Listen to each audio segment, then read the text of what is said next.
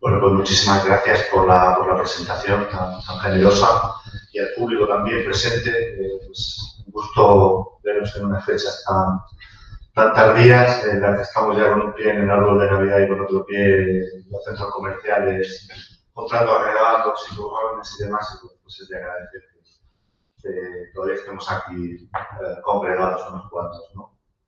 Agradecer también especialmente la cortesía del profesor Vicente Bercero, que no solo ha venido desde Zaragoza a este congreso, porque como os digo, no teníamos medios más que para invitar a comer a las personas que han venido muy amablemente. Creo que es la visita desde las tierras más lejanas que han llegado aquí a este congreso de Madrid. Como os decía, es una pena, ¿no? Sobre el derecho internacional, sobre el derecho de gente, como se quiera llamar en Brocio, pero que no le hemos podido dar la internacionalidad que esto debería tener, ¿no? Pero bueno, más adelante pues, no tenemos que ceñirnos a los centenarios exclusivamente, ¿no?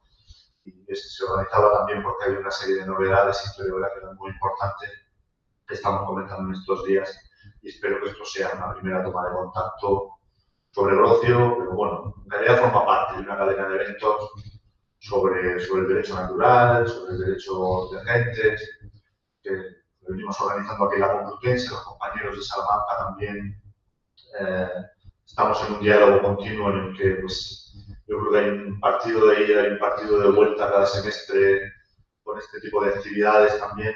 Y bueno, ya verdad es un gusto la generosidad y la amabilidad desde la que se plantea esto, no a la manera habitual que había antes de la bandera, de por qué tratar estos temas y yo los trato, sino al contrario, cuanto más gente los trate mejor, ¿no? Y ojalá en cada facultad hubiera un grupo grande que abordara estas obras, porque, por ejemplo, de esta obra de Vidania hay apenas cinco autores que han abordado la obra de Vidania, a pesar de que es importantísima, me parece un hito importantísimo. De esos expertos actuales, dos están vivos, el profesor Iñurrite y el profesor Vicente Guerrero, así que contamos con la mitad de la especialidad viva que hace un evento sobre Vidania en el Congreso, y él ha tenido además la gentileza de dejarme hablar, conducirme, hablando más del contenido filosófico, haciendo él esa presentación histórica. Y por otra parte, es fundamental los trabajos que el profesor Vicente Guerrero ha realizado, porque hasta que él abordó la figura de Vidania, sobre todo esa dimensión aragonesa, lo que había hecho Vidania antes de llegar a Nápoles se le conocía poco, había sido estudiado, y Iñurritegui, por ejemplo, que hace una lectura también de las claves intelectuales de la obra, había sido estudiado, pero sobre todo por la gente que había trabajado historia de la Universidad en Nápoles, Ascione, Luongo, etcétera, en la que es un personaje secundario de la academia, de los investigantes y de muchas otras figuras que están ahí en la Universidad de Nápoles. Y claro, con esa perspectiva también nacional, italiana, regional, napolitana, pues la perspectiva que se ofrecía sobre Vidania, no sé si en eso estará de acuerdo también el profesor Vicente Guerrero, luego lo hablaremos, no era la más neutral, me parecía a mí, ni la más afortunada, sino que parecía que Vidania aparecía ahí como el hombre muy estrecho de mente, el inquisidor, que está ahí bloqueando que se dé cualquier progreso, pero bueno, como tantos otros grandes inquisidores españoles, hay sorpresas en la vida de Vidania y tenía acceso a todas las obras que estaban prohibidas, las podía leer sin preocuparse de que pudiera peligrar su vida o su patrimonio, y lo va a aprovechar bueno, y hace propuestas de reforma dentro de lo que él consideraba que era posible en Nápoles a lo largo de su época, en la monarquía hispánica, cuando es todavía un agente de la monarquía hispánica, y para que veamos que está un poco a la vanguardia es el hecho de que este manuscrito del derecho natural innato y la posibilidad que plantea de crear una cátedra de derecho natural no llega a hacerse, ¿no? O sea, él es inquisidor, ha sido inquisidor, pero es un agente de vanguardia dentro de esa estructura académica que todavía está más fosilizada que mucho más, ¿no? Que el pensamiento que demuestran muchos de estos autores, aunque es excepcional, ¿no? No hay que engañarnos, ¿no? Por ejemplo, en el congreso que se celebraba en Halle en octubre sobre la recepción de Brocio, en Europa, de los siglos XVII y XVIII, era la primera vez que iba gente a exponer perspectivas sobre Italia, sobre la península ibérica, incluso sobre Brasil, porque en otros congresos de este tipo prácticamente siempre había una escisión. Cuando uno llegaba a presentar perspectivas del derecho natural y de gente sacadas de la escolástica española, pues marcaban claramente el límite y decían, no, nosotros no hacemos esto, nosotros lo que hacemos es otra cosa y prácticamente pues, lo echaban a uno a borrazos, ¿no? Pero bueno, por suerte también eso está acercándose gracias a fuentes como esta, ¿no? Como el Tratado de Ambrosio. Evidentemente, no es España, Portugal, a pesar de que exista Vidania, no es el país en el que se presentaban las condiciones más favorables para que se recibiera su obra, ¿no? Porque es una gente al servicio de las grandes potencias, públicas y privadas, ¿no? Que estaban en contra de los intereses de la monarquía hispánica en ese periodo. Su confesión religiosa también lo dificulta mucho. Ello no quiere decir que el de Iure Veriac Pacis no tuviera lecturas, sobre todo en ese mundo diplomático, ¿no? Y esto aquí ha sido fundamental el trabajo, como comentaba ayer, de Edward Jones Coquelin en ese artículo en English Historical Review, y el censo que han hecho también de ediciones del de Iure Veriac Pacis de Ambrosio. Y para este contexto, el propiamente académico, pues hitos excepcionales, ¿no? He querido traer imágenes del manuscrito para que se vea, ¿no? Pero que ha comentado el profesor Vicente Guerrero, ese manuscrito estaba listo para impresión. Es un manuscrito muy bonito, una calidad muy buena, y yo creo que ese manuscrito no solo debió de ser de uso privado, personal de Vidania, sino que debió circular o copia por toda la gente que tenía algún poder de decisión sobre la creación de la cátedra, y que seguramente el manuscrito iba asociado también, ¿no? Era una especie de demostración teórica y práctica de que realmente se podía enseñar el derecho natural, se podía crear una cátedra en Nápoles, dándole una especie de interpretación o un planteamiento, un paradigma propio como el que proponía Vidania. Ya si esto iba a ir acompañado de a lo mejor alguna edición latina o en vernáculo, una edición a lo mejor pulgada de la obra de Ambrosio, del Iure Veriac Pacis o de la obra de su hermano, no lo sabemos bien, ¿no? Estaba sucediendo en Francia, estaba sucediendo también en Italia en esa época, pero para España, bueno, para España no ha sucedido. Como comentaba ayer, hemos llegado a la modernidad sin tener acceso a ediciones nacionales en España de obras clave de la modernidad, como el de Iure Veriac Pacis de Ambrosio, y seguimos esperando, y seguramente, pues eso sigamos todavía esperando para quien sepa latín y leer la obra en latín, las ediciones que se han publicado, pero veo lejos también que vaya a haber una edición nacional, ¿no? Entonces, el hecho de que se ignore a Vidania, esto es claro, ¿no? Si uno se va a trabajos hasta hace muy poquito, ¿no? Que se publicaron estos trabajos, ¿no? Primero de un doctorando de Vallete Goiti solo. Dentro de ese grupo no se sabe muy bien, hay una disputa, como siempre, por la paternidad, tanto sobre el derecho internacional como sobre quién descubrió las fuentes.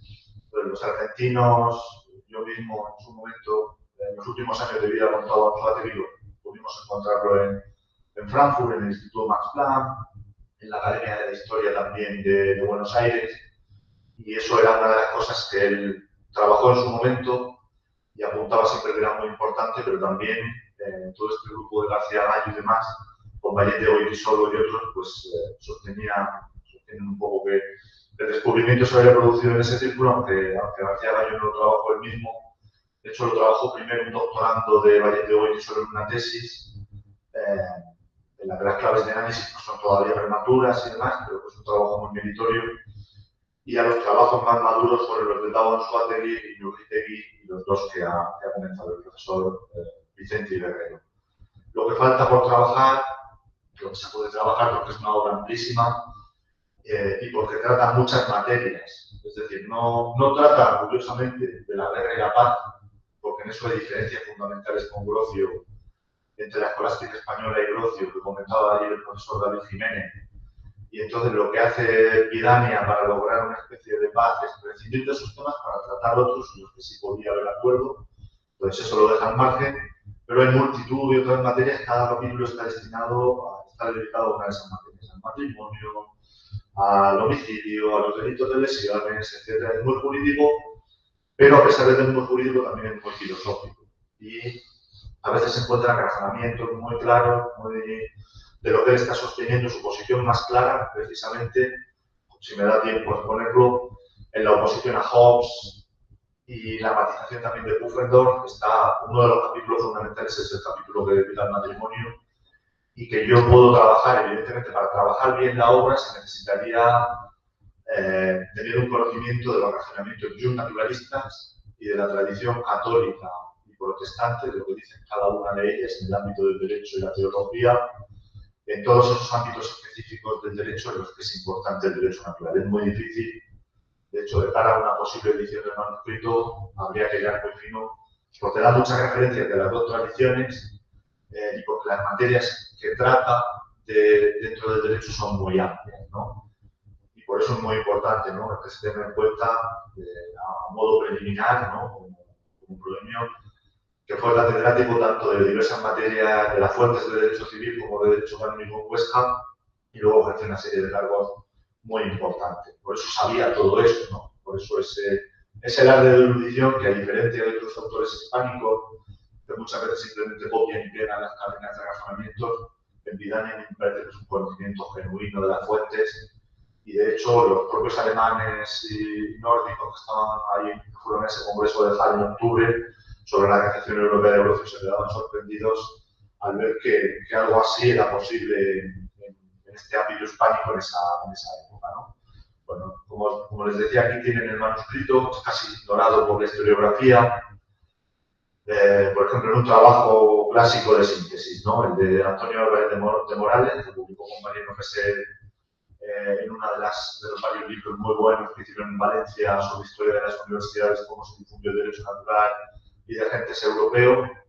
Pues la primera mención que se da es Álvarez de Morales considera que es hasta Inequius, no hay una difusión de las obras de derecho natural hasta ya en las décadas finales del siglo XVIII.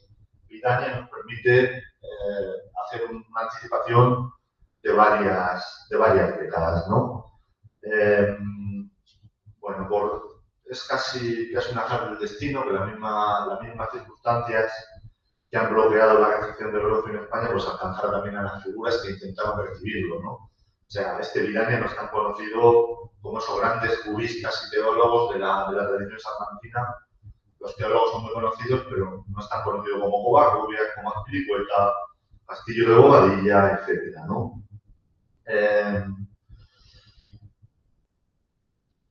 Podría resultar productivo, yo creo, dentro de la biografía, y esto era también una de las cosas que comentábamos, ¿no?, con el profesor Vicente Guerrero, quizás que se investigaran más en los archivos napolitanos, porque hay cartas, ¿no?, todavía en la biblioteca real, la antigua biblioteca real de Nápoles, todavía se conservan algunas cartas cruzadas con Pico.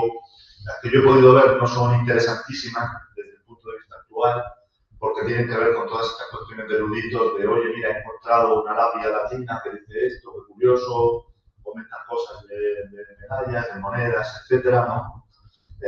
Pero bueno, es interesante, porque la historiografía que hay sobre Vidaña en Nápoles es historiografía sobre la universidad, pero no tanto no toma Vidaña como el personaje central que habría que estudiar, y entonces hay todavía fuentes dispersas.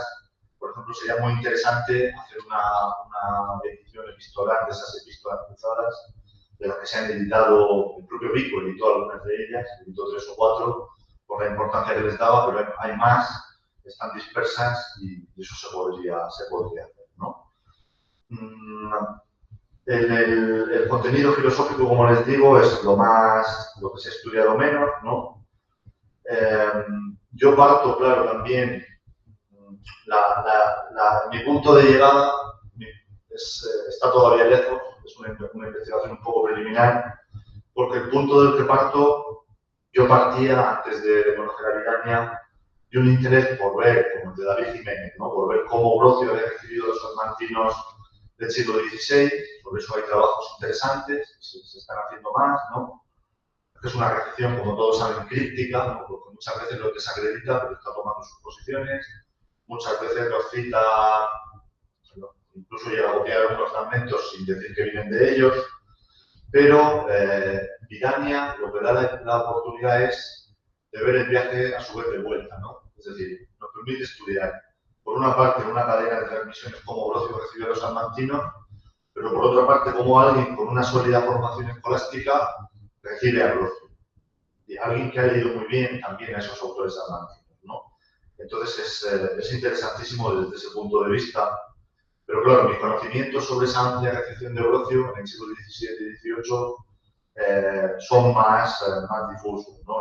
Estoy todavía aprendiendo sobre eso, por lo que solo puedo llegar a conclusiones tentativas sobre qué grado de actualidad, de representatividad, de originalidad, de profundidad filosófica tuvo la recepción que Vidania hizo del De Iure Belliae Pacis a comienzos del siglo XVII. Es decir, ¿qué tan relevante es esto, no solo en el contexto hispánico, sino en el contexto europeo? Esto es difícil de decir, aunque sería el objetivo a largo plazo de una investigación sobre esto, ¿no? Si vamos ahora a los aportes más fundamentales que ha hecho la historiografía, los del profesor Vicente Guerrero ya he subrayado una parte de los suyos. Iñurritegui hizo también una cosa muy valiosa en 2015, y era que, claro, los aportes anteriores, los de Tahuanzuategui, los de Vallete Goytisolo y demás, por la centralidad que siempre ha tenido Hugo Brocio, solo intentaban hacer ese paralelismo con Hugo Brocio, descuidando que Hugo Brocio tenía un hermano eclipsado, ¿no? Tanto eclipsado que casi nadie conoce, y de hecho si uno va a buscar bibliografía sobre este Guillermo Brocio, apenas hay nada. Knut Jacob se menciona un par de veces, pero no hay un estudio, no hay una biografía consolidada sobre él, no hay un estudio sobre este Enquiridium, sobre los principios del derecho natural, y yo digo que mi hipótesis, y lo que se sabe un poco de este Guillermo Brocio, es que Guillermo Brocio tuvo casi el mismo mérito que su hermano, aunque suene casi herético decirlo. ¿Por qué? Porque uno fue el que tenía el desarrollo especulativo y el otro fue el que dijo, ojo, esto que está haciendo mi hermano es muy importante, esto podemos sistematizarlo, esto puede ser la base de unos cursos nuevos que revolucionen la enseñanza del derecho en las universidades. ¿Por qué? El derecho canónico nos lo hemos cargado, quedan muchas horas sueltas en las facultades de derecho. El derecho romano no sabemos muy bien qué hacer con él. Entonces, con algo habrá que llenar esas clases que antes eran de derecho canónico. El derecho romano también hay diferentes tendencias en los países protestantes y demás. Y el derecho civil es cambiante, ¿no? Con lo cual no es propiamente la base de una ciencia, ¿no? Se necesita una ciencia, ¿no? Knut Jacob tiene más la idea de que esto es una ciencia protestante, prácticamente de diálogo interprotestante, estamos intentando ahí cambiar un poco de opinión. Pero lo importante es que Guillermo Brocio va a ser, a pesar de que la obra no se publica en vida, porque la publican sus hijos, va a ser él el que sintetiza todo esto, el que lo pule todavía más que su hermano de ciertos aspectos confesionales, y va a ser la referencia a la que sigan no solo Vidania, sino a Müller también.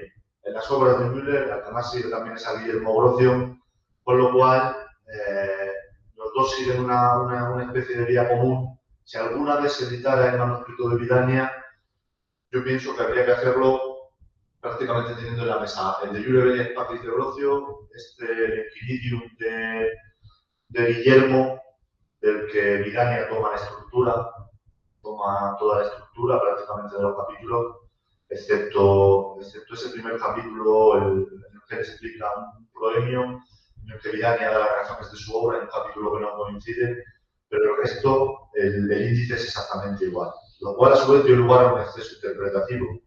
Es el de decir, no, pues el índice es igual, toda la obra la habrá copiado de Guillermo. Tampoco es así, ¿no?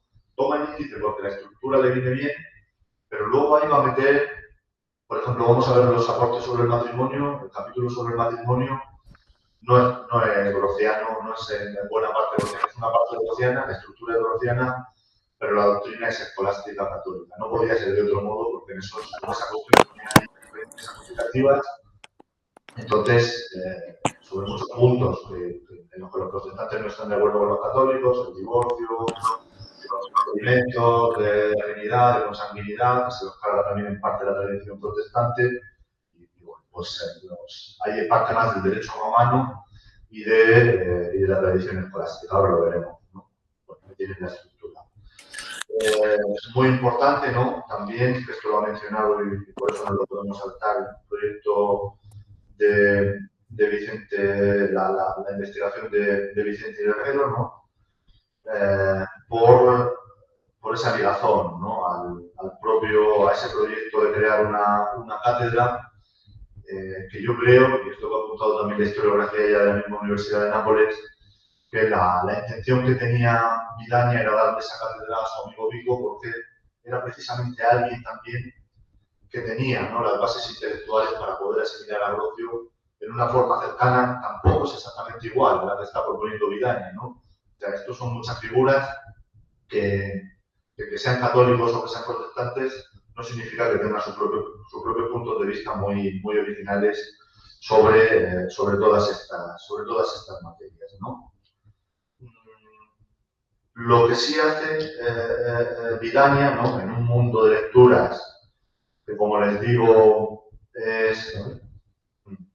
en un mundo de lecturas de Grocio, por ejemplo, que cualquiera que haya leído esas obras del siglo XVII, ya lo mostró ayer Héctor Domínguez, ¿no? Muchas veces las citas a Grocio se hacen sin haber tenido acceso a las obras realmente, sin tener una lectura profunda, y muchas veces las referencias son condenatorias, en bloque, ¿no? O sea, Grocio aparece mencionado con Duple Simone, con Maquiavelo, con los Politik, con Bodino, y eso es la bicha, se lo inventa a todos, entonces se sostiene de una hipótesis católica, una posición católica, que es contraria a todos esos autores, pero a veces se les ha leído tan poco que a veces con Duplessis y Mornay pasa como con Ortega y Gasset, son dos personas, es Duplessis y el Morneo, ¿no?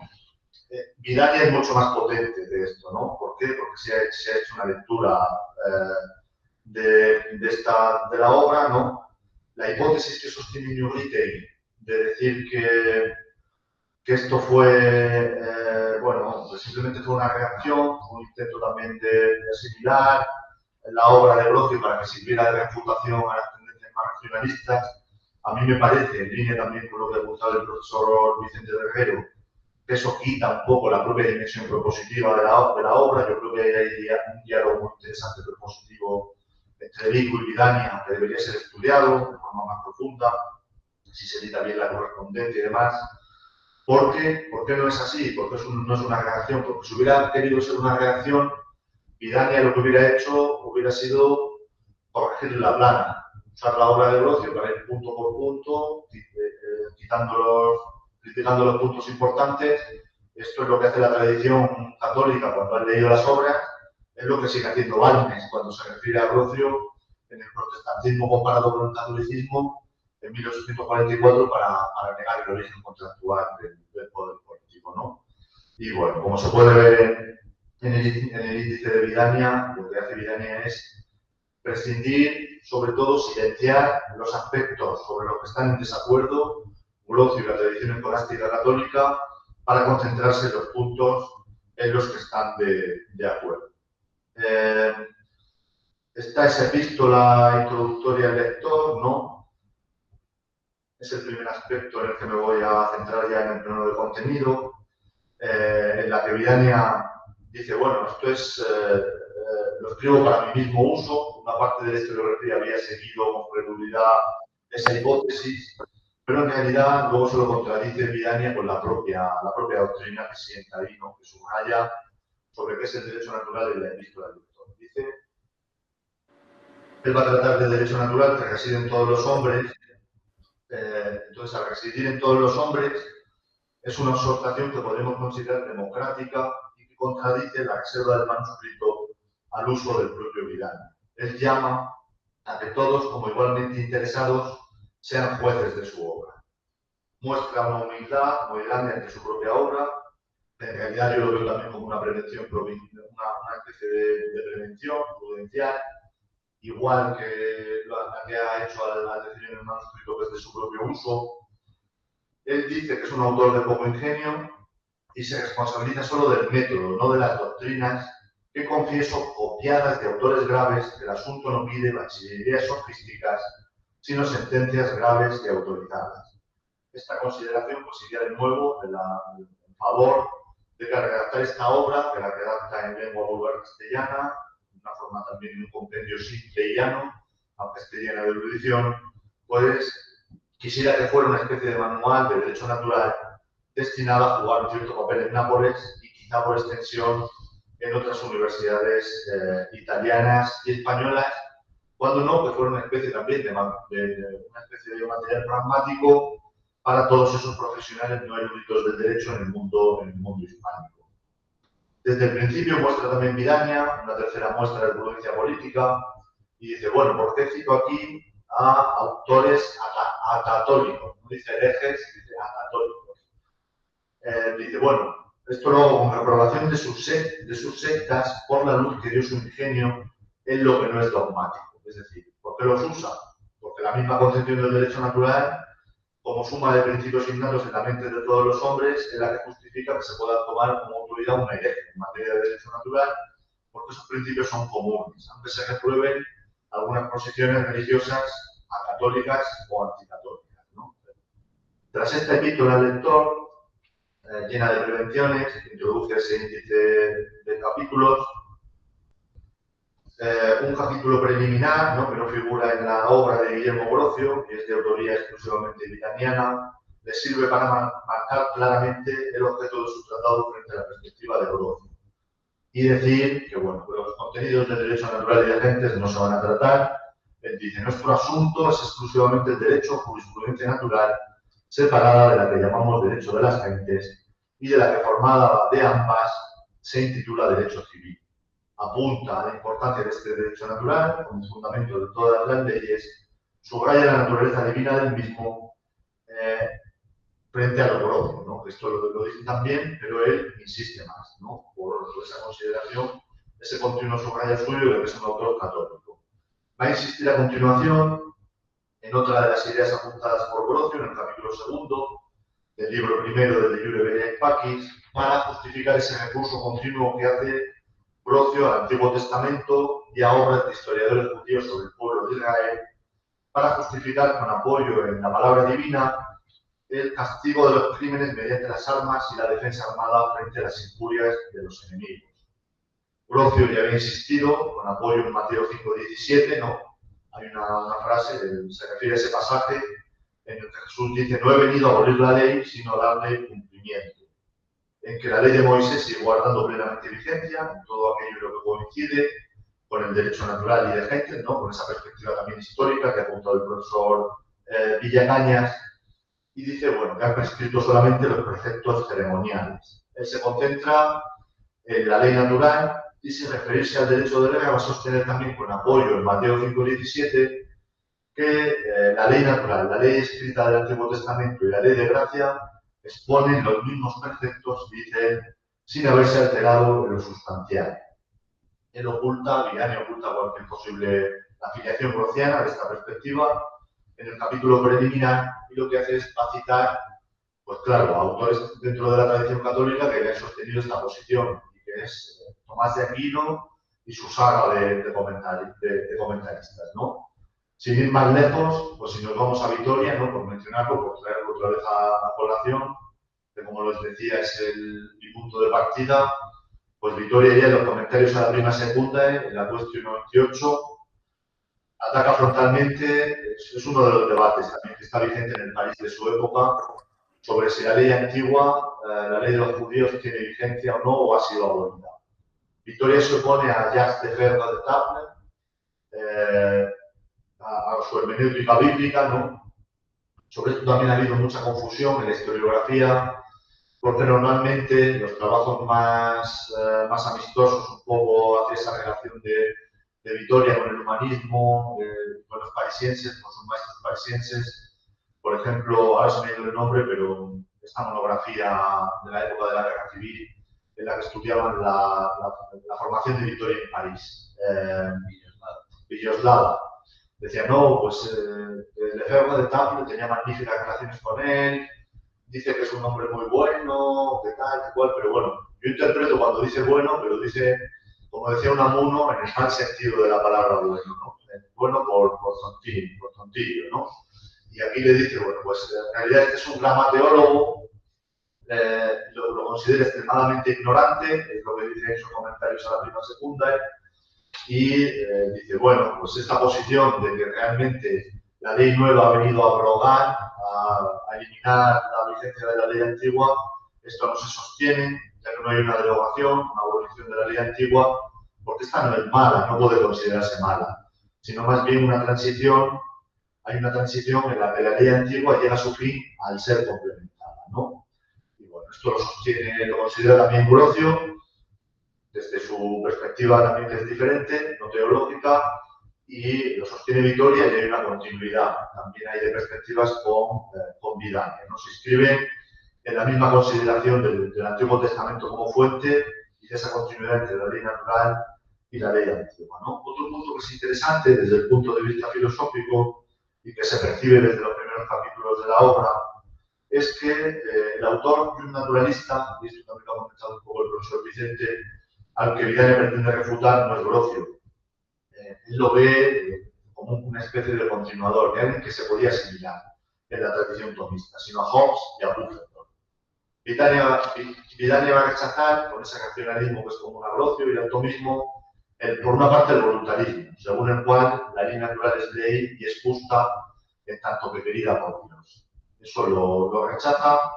También rechaza la idea de Pufendorf de que la naturalidad del derecho natural derive de su adecuación a la naturaleza humana y a su utilidad para preservar el lazo social, y para ello se apoya sobre todo en ese luterano alemán, Johann Jakob Müller, que a finales del siglo XVII había publicado un comentario al Enquiridium de Guillermo Grocio. Es decir, esto va por cadenas de comentaristas y siguiendo esas cadenas, a veces ya no es el texto del mismo Grocio. El texto de Grocio, prácticamente desde Giulio Belias Pakis, a veces se emancipa y esos sintetizadores que comentan a otros sintetizadores, llegando a una especie de papilla y gesto racionalista, que es lo que acaba desembocando como esta tradición que es antiescolástica, pero que se vuelve en sí misma una especie de escolástica, ¿no?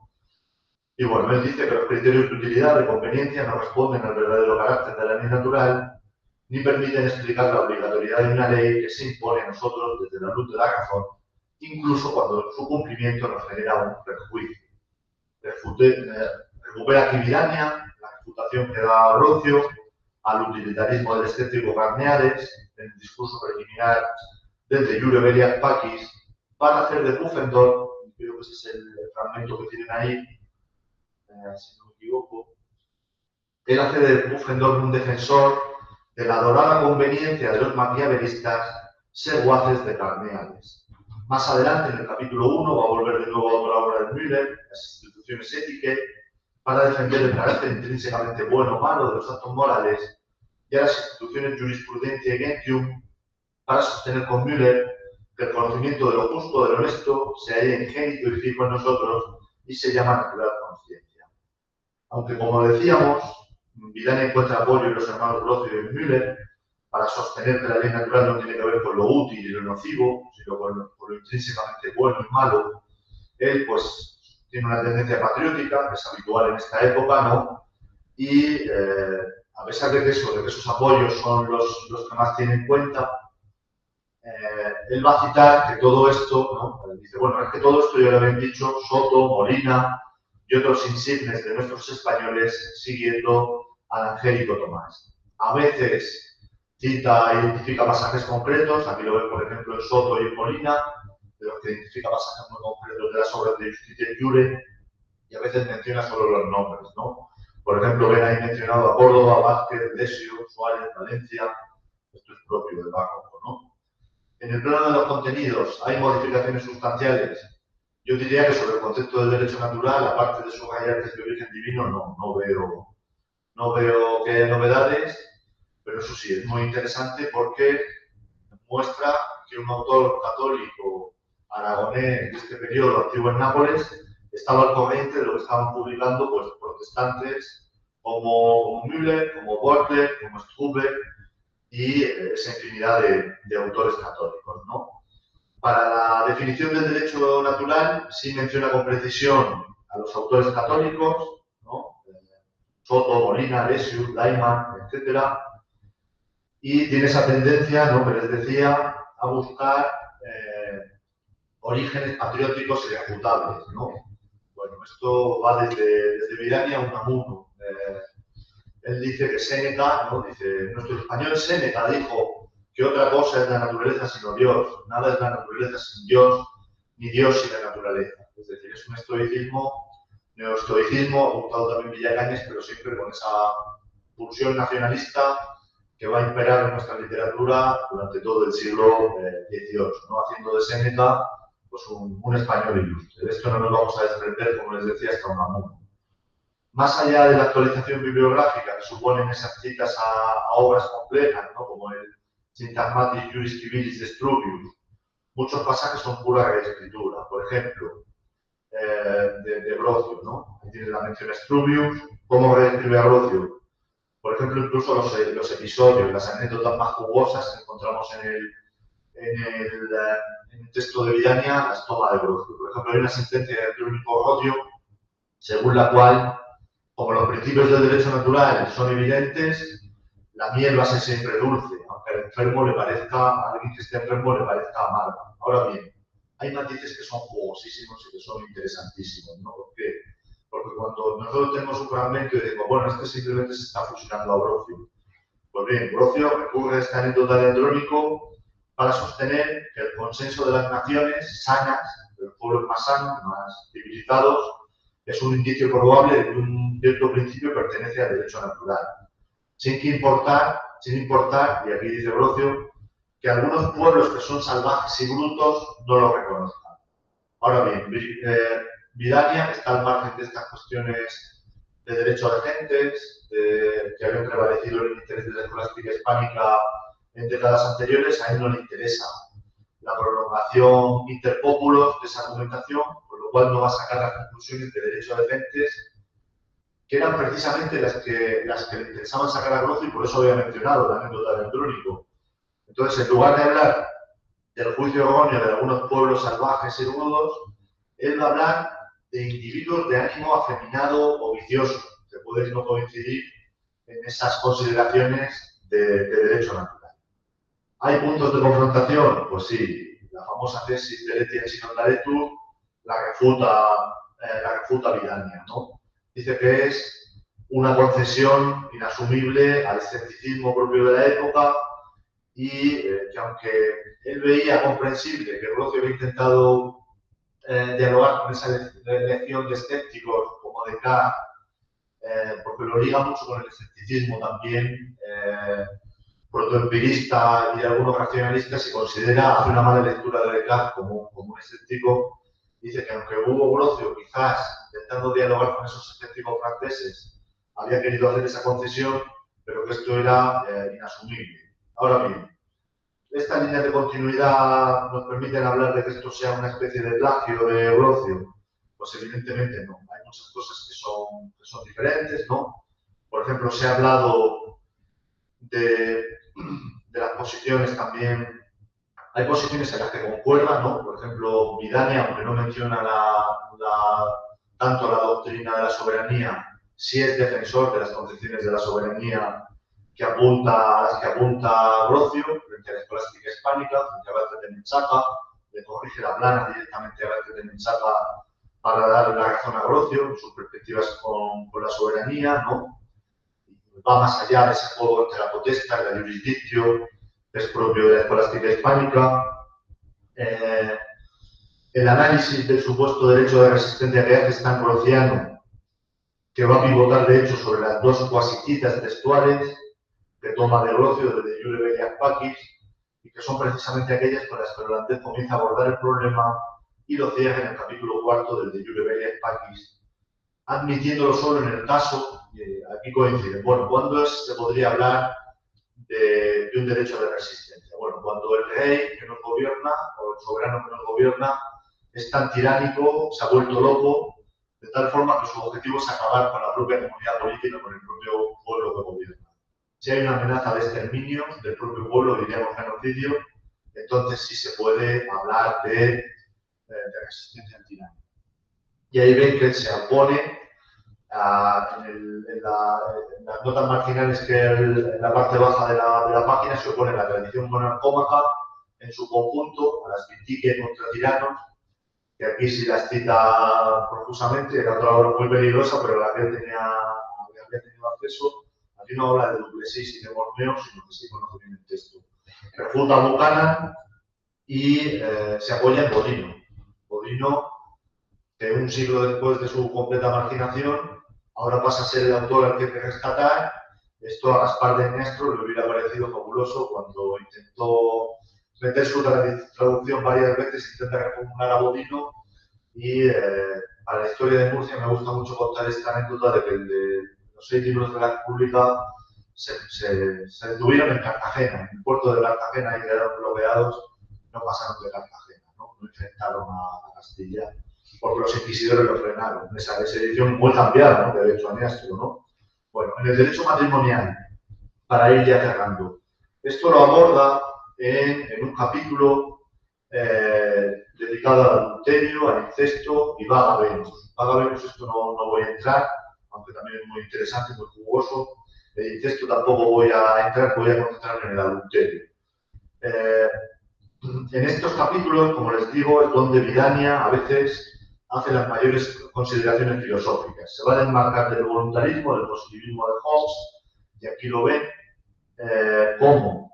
Pues lo que hace es criticar con vehemencia la posición que el inglés había expuesto en los capítulos 6 y 14 del declive, y según la cual, aunque por la ley de naturaleza, esto es lo que nos había dicho Hobbes, aunque por la ley de naturaleza el hurto, homicidio, adulterio y todas las injurias se prohíban, en el ciudadano se determinan por la ley civil y no por la natural qué cosa es hurto, adulterio e injuria. Pues bien, para oponerse a este voluntarismo radical de Hobbes, Vidania no solo va a hacer suyo el justnaturalismo de Brocio, sino que también apela como autoridad a la condena de este racionamiento hobbesiano que encontramos en el de Jure Natura et Gentium de Pufendorf. Es ese fragmento que tienen ahí. Apela en concreto al contraejemplo proporcionado por Pufendorf para reducir al absurdo el argumento hobbesiano.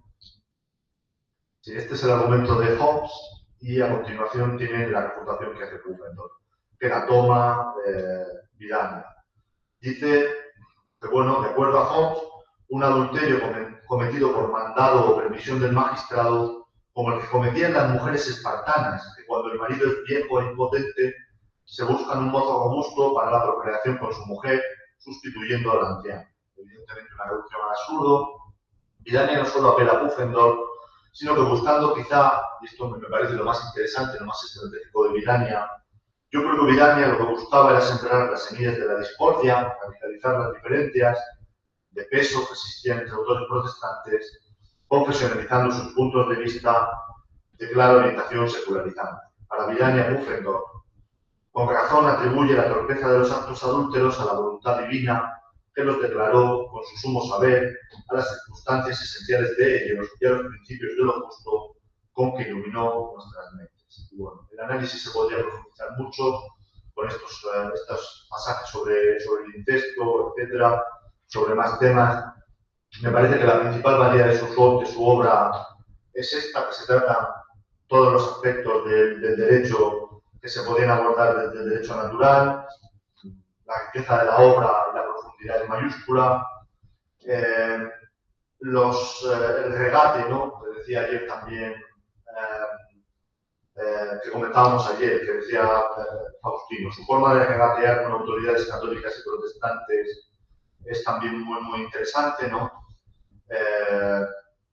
Alternando con el derecho romano, y en definitiva también este proyecto de este manuscrito que está ligado a ese intento frustrado por crear una cátedra de Derecho Natural en Nápoles, pues demuestra que pese a la fosilización de las estructuras académicas que va a llegar al siglo XIX, había una riqueza intelectual, de debates, una profundidad, un conocimiento de obras en ciertos autores selectos que demuestran una vivacidad, ¿no? del mundo intelectual mucho mayor que es la que podemos hacer si nos vamos simplemente a los documentos oficiales de las universidades, de la historia de las universidades, de los archivos de esas universidades, ¿no?